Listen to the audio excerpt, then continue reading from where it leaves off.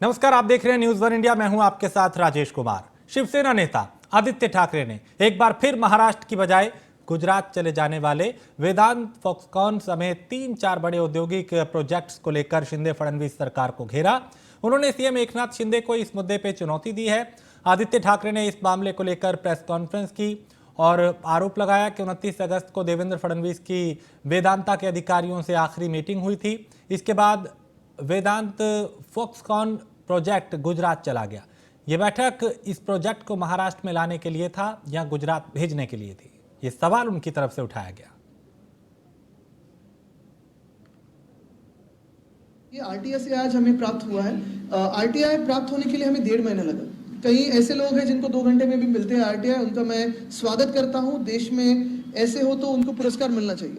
लेकिन यही बात रही कि जो वेदांता फॉक्सकॉन का प्रकल्प जो था, जो एक प्रोजेक्ट था जो गुजरात गया, कारण अनेक हो सकते हैं, उस पर मैं कोई सवाल नहीं उठाता। तो किसी भी राज्य में कोई भी इन्वेस्टमेंट आए तो अच्छी बात है।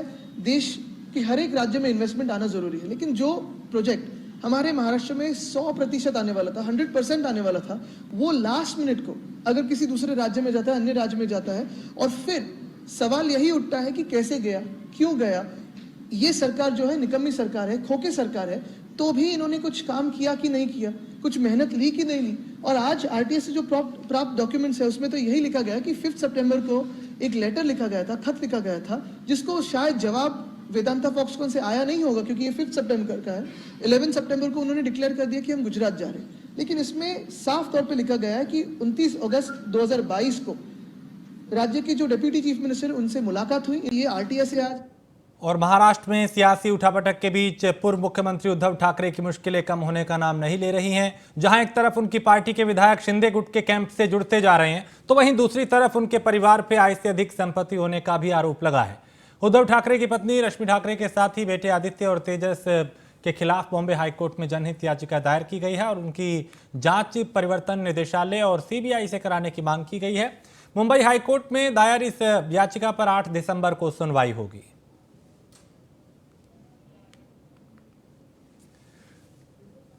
तो उद्धव परिवार की मुश्किलें जो हैं वो और बढ़ती हुई दिखाई दे रही हैं। पत्नी और बेटे पे आय से अधिक संपत्ति को लेकर याचिका दायर की गई है। बॉम्बे हाईकोर्ट में याचिका दायर की गई और उसमें सीबीआई और ईडी से जांच कराने की मांग की गई है। तो उद्धव ठाकरे की पत्नी और बेटे पर आय से अधिक संपत्ति का आरोप लगाया जा रहा है।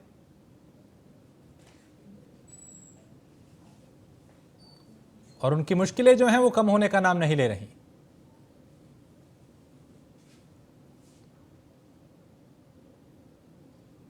तो 8 दिसंबर को इस पे कोर्ट आगे का रुख तय करेगा कि कोर्ट की इस पे टिप्पणी क्या होगी। तो उद्धव ठाकरे की जो मुश्किलें हैं वो कम होने का नाम नहीं ले रही और अब पत्नी और बेटे पर आय से अधिक संपत्ति होने का आरोप लगाया जा रहा है। बॉम्बे हाईकोर्ट में 8 दिसंबर को इस पर सुनवाई होगी। और मुंबई में धारावी एशिया का सबसे अधिक घनी आबादी वाला बस्ती मानी जाती है, जहां करीब 58,000 परिवार रहते हैं, जबकि यहां लगभग 12,000 व्यावसायिक प्रतिष्ठान हैं। वहीं इस क्षेत्र की विकास को लेकर पिछले 2 दशक से महाराष्ट्र सरकार बात कर रही थी, लेकिन धारावी पुनर्विकास परियोजना के लिए मध्य मुंबई के दादर में 47 एकड़ से अधिक के रेलवे की जमीन को राज्य सरकार को सौंपा गया है, जहां 29 नवंबर को अडानी समूह ने 5,069 करोड़ रुपए की बोली लगा के धारावी पुनर्विकास परियोजना अपने नाम कर ली, जिसके बाद अब इस बड़े विकास का जिम्मा अडानी ग्रुप को मिल गया है।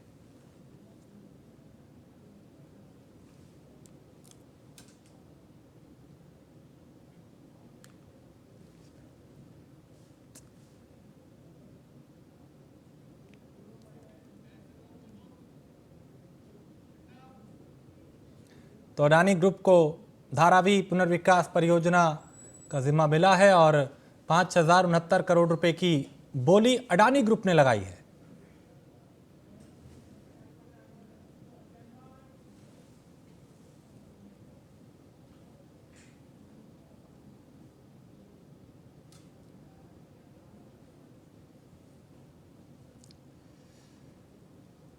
तो अडानी ग्रुप को धारावी पुनर्विकास परियोजना का कॉन्ट्रैक्ट मिला है और 5,069 करोड़ रुपए की बोली अडानी समूह ने लगाई थी और अडानी ग्रुप को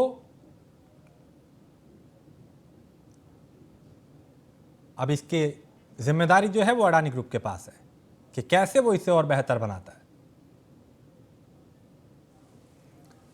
और लातूर में केसीए अमोल जाधव पे दत्तात्रेय लकड़े ने धोखाधड़ी का आरोप लगाया है, तो वहीं अमोल जाधव के वकील प्रसाद वैद्य ने उन आरोपों का खंडन किया और कहा कि ये झूठा आरोप है। वकील प्रसाद वैद्य ने कहा कि अमोल जाधव पे जो 1,60,000 रुपये आयकर भरने का आरोप लगा है वो दत्तात्रेय लकड़े ने खुद भरे हैं। नवंबर 2022 को आपके चैनल पर बोरवटी गांव के दत्तात्रेय लकड़े ने मेरे क्लाइंट सीए अमोल जाधव के ऊपर बोगस चलन का आरोप किया है और हम इस केस के जड़ तक जाएंगे तो पता चलेगा कि लकड़े परिवार और मेरे क्लाइंट के विवाद की शुरुआत अगस्त 2020 में जमीन का मुकदमा दाखिल करने के बाद हुई है, जिसके बाद गोपाल लकड़े ने मेरे क्लाइंट और अन्य 2 पीड़ित जिनको लकड़े परिवार ने प्लॉट बेचने के सिलसिले में फंसाया है, उनके खिलाफ साहूकारी की शिकायत की और मेरे क्लाइंट के घर और दफ्तर पर छापा गिरवाया गया और आज की तारीख में मैं साहूकारी की शिकायत में मेरे क्लाइंट और अन्य एक का रिपोर्ट बाइज्जत बरी होके आया है और उसके बाद दत्तात्रेय लकड़े ने मेरे क्लाइंट के ऊपर बोगस चलन का झूठा मुकदमा दायर किया है। हमने किया हुआ जमीन का दीवानी मुकदमा वापस लेने के लिए लकड़े परिवार अलग अलग बेबुनियाद साजिश कर रहा है। अगर हम दत्तात्रेय लकड़े, गोपाल लकड़े और अमोल लकड़े के बारे में जानकारी लेंगे तो ये पता चलेगा कि इनके ऊपर धारा 353, 498 और अट्रोसिटी के अंदर आरोप हुए हैं और आज की तारीख में भी इनके ऊपर धारा 307, 354, 325, 425, 323, 420, 465, 466, 467, 471, 294 के अंदर न्यायालय में मुकदमे चल रहे हैं और इसके अलावा प्लॉट बेचने के सिलसिले में फंसाने की एक अर्जी जिसकी जांच लातूर ग्रामीण पुलिस स्टेशन कर रहा है और ऐसे कितने लोगों को लकड़े परिवार ने फंसाया है।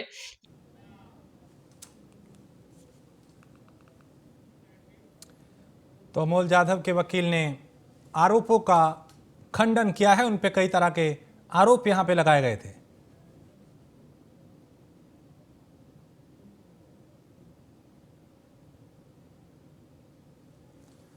तो अमोल जाधव पे दत्तात्रेय लकड़े ने धोखाधड़ी का आरोप लगाया है जिसका उन्होंने खंडन किया।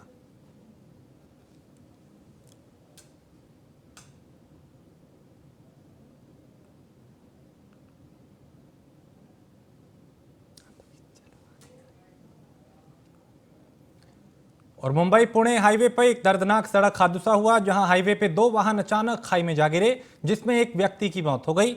बता दें कि हादसे में एक ट्रक और एक कंडक्टर जो था वो था और इसमें ट्रक की 2 ट्रकों की टक्कर थी। खोपोली पुलिस ने क्रेन की मदद से हादसे में फंसे लोगों का रेस्क्यू किया है। एक शख्स की इस हादसे में बताया जा रहा है कि दर्दनाक मौत हुई है, जबकि कुछ और लोग थे जिनको वहां से निकाला गया। प्रशासनिक टीम यहां पहुंची, पुलिस मौके पर पहुंची।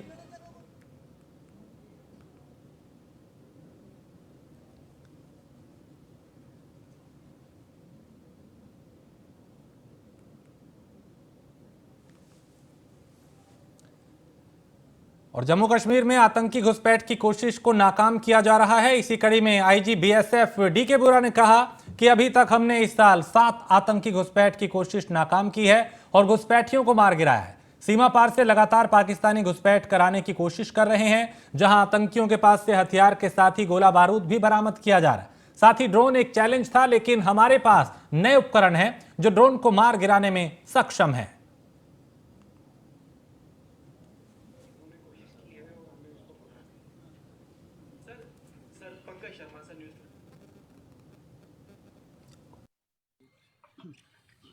जितने भी प्रयास एटलीस्ट जम्मू बॉर्डर पे किए गए हैं सभी पकड़े गए हैं। कोई भी ऐसा प्रयास यहाँ सफल नहीं हुआ है कि उन्होंने कोशिश की है और हमने उसको पकड़ा नहीं। सर तो यहाँ पे जो जवान हैं, सुरक्षाकर्मी हैं, उन्होंने दावा किया कि लगातार आतंकियों की जो नाकाम कोशिश है उसे घुसपैठ की कोशिश को नाकाम किया जा रहा है। अतुल गुप्ता हमारे संवाददाता जम्मू से। अतुल, यहाँ पे बताया ये गया कि पिछले कई दिनों में कई आतंकी घुसपैठ की कोशिश की गई, लेकिन हर घुसपैठ को नाकाम किया गया। हाँ बिल्कुल, आपने सही कहा। ठीक है, बहुत शुक्रिया अतुल जानकारी के लिए। तो यहाँ पे देखिए 7 आतंकी घुसपैठ की कोशिश कर रहे थे और उनको नाकाम किया गया। उन कोशिशों को लगातार यहाँ पे जो सेना के जवान हैं वो पूरी तरह से एक्टिव हैं और 7 आतंकी घुसपैठ की जो कोशिश है उन्हें नाकाम किया गया है। डीके बोरा ने ये जानकारी दी और उन्होंने बताया कि लगातार जो तकनीक है उसका इस्तेमाल किया जा रहा है और सक्षम हैं हम ड्रोन को गिराने में भी। ड्रोन एक बड़ी चुनौती थी लेकिन उससे भी पार पाया गया। और हरियाणा के फरीदाबाद के साहूपुरा इलाके में रबड़ फैक्ट्री में भीषण आग लग गई, जहां आग लगने से के चलते फैक्ट्री पूरी तरह जलकर राख हो गई। फिलहाल फैक्ट्री में आग लगने के चलते किसी के हताहत होने की खबर नहीं। राहत की बात यह है और पुलिस और दमकल विभाग की कई टीमों ने काफी मशक्कत के बाद आग पर काबू पाया। पुलिस मामले की फिलहाल जांच कर रही है।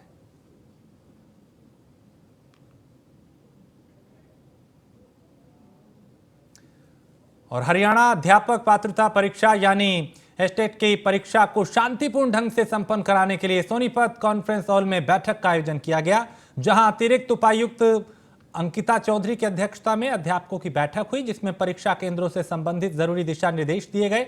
साथ ही प्रशासन द्वारा ड्यूटी पर तैनात किए गए सभी अधिकारियों को सख्त निर्देश दिए गए कि वो किसी भी तरह की लापरवाही ना बरतें और शांतिपूर्ण परीक्षा को संपन्न कराने के लिए काम करें।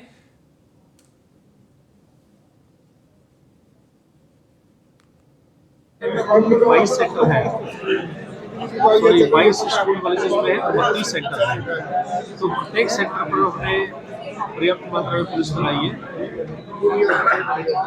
कुल मिला के करीब 500 पुलिस कर्मचारी और ऑफिसर्स लगाए हैं, जिनमें 100 से ज़्यादा महिला कर्मचारी हैं। 12 इंस्पेक्टर्स हैं और 4 डीएसपी साहिबान हैं जो ड्यूटी देंगे। इसके अलावा जो प्रश्न पत्र लेने जाएंगे, टीमें जाएंगी, 32 टीमें जाएंगी, प्रत्येक टीम को अपने 2 कर्मचारी अलग से दिए हैं। एचटेट की जो परीक्षा है वो सोनीपत जिले में 3 और 4 तारीख को होती है। 3 को एक शिफ्ट में होगा और 4 को 2 शिफ्ट में किया जाएगा। हमारे यहाँ पे हमने ड्यूटी मजिस्ट्रेट लगा दिए हैं। सब सेक्टर सुपरिटेंडेंट्स को रिस्पॉन्सिबिलिटी जो है वो समझा दी गई है। हमारे यहाँ पे जो फ्रिस्किंग टीम है उसकी जो है सीसीटीवी और जैमर्स ये सारी तैयारियां कर ली गई हैं। पुलिस बल है उसकी भी व्यवस्था जो है उचित कर ली गई है। डीजीएचटेट की जो परीक्षा। और पानीपत में निजी एम्बुलेंस चालकों की गुंडागर्दी सामने आई है, जहां अस्पताल की ओपीडी के बाहर डंडे से पीटा गया और डंडे से तब तक पीटते रहे जब तक डंडा नहीं टूटा। आरोपियों ने पिटाई का वीडियो बना के इसे वायरल किया है।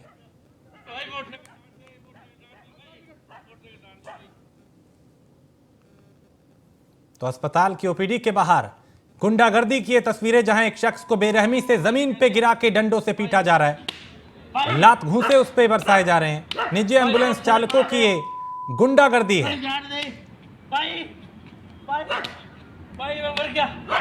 तो वो शख्स रहम की भीख मांग रहा है, छोड़ देने के लिए कह रहा है, लेकिन ये ताबड़तोड़ उस पे लाते बरसा रहे हैं, डंडे बरसा रहे हैं।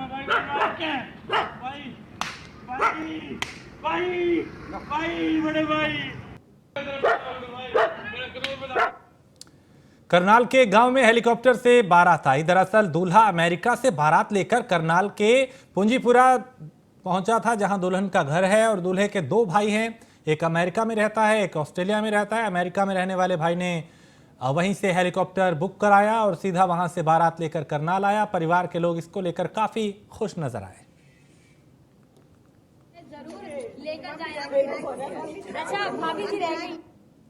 और दिल्ली में एमसीडी चुनाव को लेकर घमासान मचा हुआ है, जहां आम आदमी पार्टी और बीजेपी आमने सामने है। इस बीच बादली विधानसभा के स्वरूप नगर वार्ड नंबर 19 से आप के प्रत्याशी जोगेंद्र सिंह उर्फ बंटी का एक वीडियो जमकर वायरल हो रहा है, जिसमें वो पीली टी शर्ट पहने पिस्टल लहराते नजर आ रहे हैं।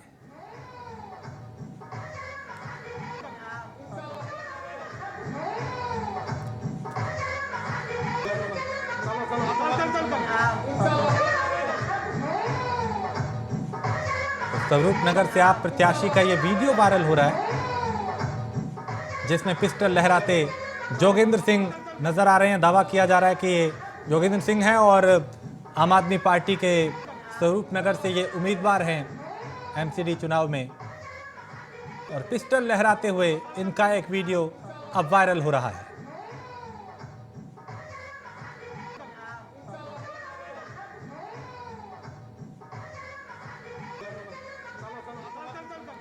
तो आम आदमी पार्टी जो राजनीति बदलने का दावा करती है उसके कई बार इस तरह के मामले सामने आए हैं जिस पे कई तरह के सवाल भी उठते हैं।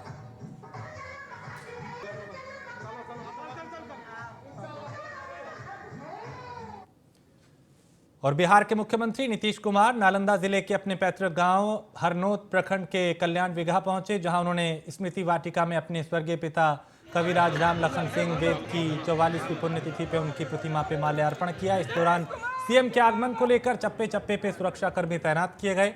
माल्यार्पण के बाद नीतीश कुमार अपने पैतृक आवास आए और उन्होंने ग्रामीणों से मुलाकात कर उनकी समस्याओं को जाना।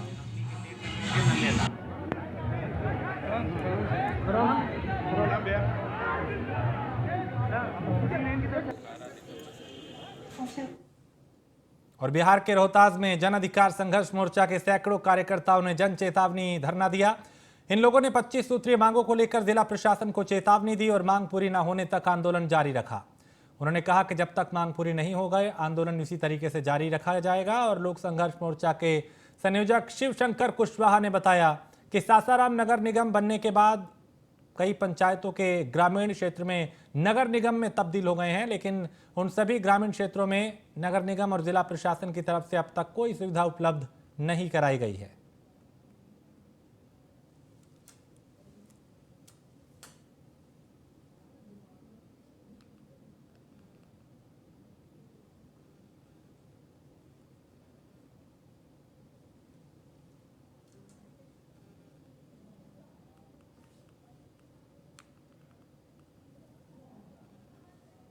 और बिहार के सीतामढ़ी में एक दर्दनाक सड़क हादसा हुआ, जहां एक तेज रफ्तार बस ने 2 लोगों को रौंद दिया, जिसमें घटनास्थल पर ही युवक की जो भाभी थी उनकी मौत हो गई। उनकी पहचान बिंदु देवी के रूप में हुई है। बताया जा रहा है कि वो अपने देवर के साथ घर लौट रही थी और इसी दौरान बस ने उन्हें टक्कर मार दी। ये घटना बथनाहा थाना क्षेत्र के रामपुर इनारवा के पास हुई।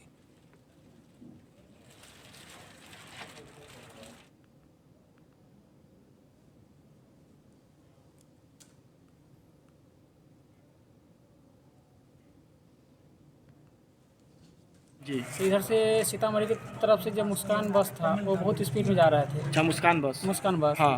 और उधर से जब उधर से आ रहे थे तो अपना रफ्तार में टक्कर मारे ना।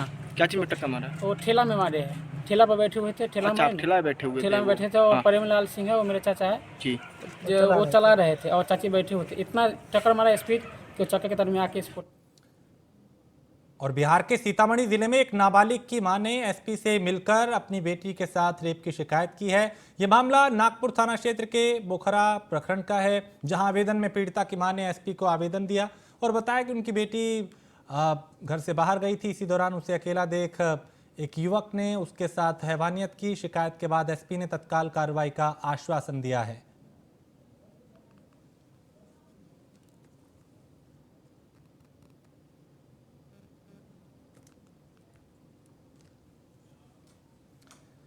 और बिहार के रोहतास में वीर कुंवर सिंह महिला कॉलेज के शिक्षकों ने विरोध प्रदर्शन किया। 19 महीने से वेतन न मिलने से नाराज शिक्षकों ने कॉलेज के मुख्य गेट पे ताला जड़ के महाविद्यालय के सचिव के विरुद्ध नारेबाजी की। शिक्षकों ने बताया कि महाविद्यालय के सचिव एसपी जैन कॉलेज सासाराम के दर्शन शास्त्र के विभागाध्यक्ष डॉक्टर सुदेश कुमार ने सभी का 19 महीने का वेतन भुगतान जो है वो रोक लगा दी है उस पर, और इसके चलते इनको कई तरह की दिक्कतों का सामना करना पड़ रहा है। तो वीर कुंवर सिंह महिला कॉलेज में शिक्षकों ने यहाँ पे विरोध प्रदर्शन किया, नारेबाजी की। वेतन न मिलने से नाराज शिक्षकों ने विरोध किया और वीर कुंवर सिंह महिला कॉलेज में शिक्षकों ने यहाँ प्रदर्शन किया और कहा कि उनके वेतन पे रोक लगाई गई है। इसके चलते उनके सामने कई तरह की दिक्कतें पैदा हो रही हैं, आर्थिक चुनौतियों का उन्हें सामना करना पड़ रहा है।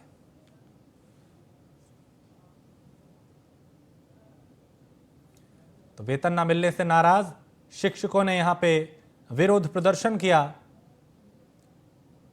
वीर कुंवर सिंह महिला कॉलेज के शिक्षक जिन्होंने नारेबाजी की, प्रदर्शन किया, विरोध जताया। उन्होंने कहा कि वेतन ना मिलने की वजह से उनके सामने कई तरह की आर्थिक चुनौतियां पैदा हो गई हैं, घर चलाना मुश्किल हो गया है और इसी को लेकर यहाँ पे विरोध प्रदर्शन किया गया। कई महीनों से इनका आरोप कि इन्हें वेतन नहीं दिया गया। तो वेतन ना मिलने से नाराज शिक्षकों की जो नारेबाजी है वो यहाँ पे सामने आई। उन्होंने विरोध किया, प्रदर्शन किया, अपना गुस्सा जाहिर किया, पुतला भी फूका।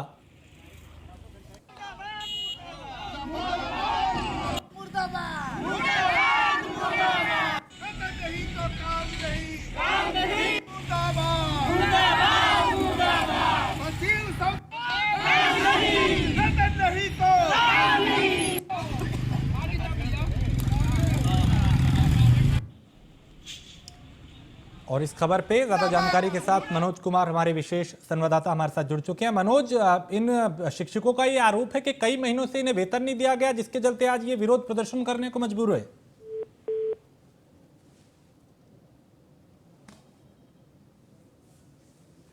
तो मनोज से अभी संपर्क नहीं हो पा रहा, फिर कोशिश करेंगे उनसे संपर्क हो और वो विस्तार से बता पाए। मनोज, अगर आपको सवाल मिल रहा है, आवाज मिल रही है, तो मैं जानना चाहूंगा ये जो विरोध प्रदर्शन हुआ, क्या इसका कोई हल निकला? इनका आरोप है कि कई महीनों से वेतन नहीं मिला।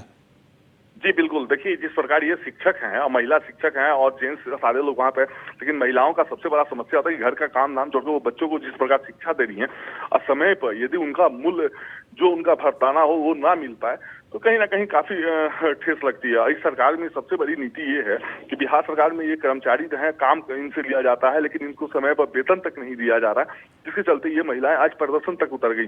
अच्छा, शिक्षकों का सबसे बड़ी मूल समस्या थी कि वहाँ पे जो सरकारी जो व्यवस्थाएं होनी चाहिए थी वो भी चरमाती हुई नजर आ रही है। और यहाँ तक कि जो शिक्षक वेतन पे डिपेंड है आज के डेट में, जो महिला शिक्षक हो या फिर जो स्कूल से रिलेटेड जितने भी शिक्षक हैं और उनको समय पर पेमेंट नहीं मिलना, तो उनका घर का और परिवार कैसे चलता होगा, ये सबसे बड़ी समस्या बनती जा रही है। इस चीज को लेकर आज पूरे बिहार समेत आज देखिए जिस प्रकार यहाँ पे धारणाएं दी जा रही है, प्रदर्शन की जा रही है, उससे साफ साबित हो रहा है कि कहीं सरकार से ये काफी रुष्ट नजर आ रही है।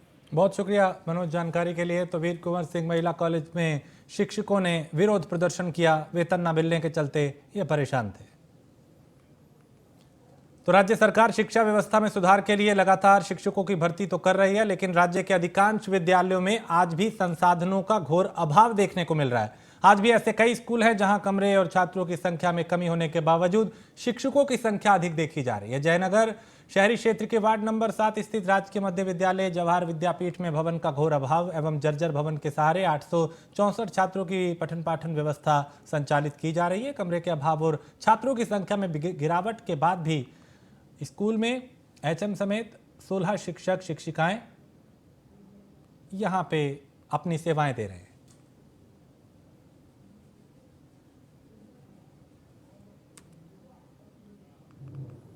और बिहार के किशनगंज में अल्पसंख्यक कल्याण विभाग ने अंबेडकर भवन टाउन हॉल में मुख्यमंत्री अल्पसंख्यक रोजगार ऋण योजना के तहत 594 अभ्यर्थियों को चयनित किया। इस दौरान शिविर में चयनित लाभार्थियों की दस्तावेज की जांच के साथ ही ऋण गारंटी और एग्रीमेंट की प्रक्रिया पूरी की गई।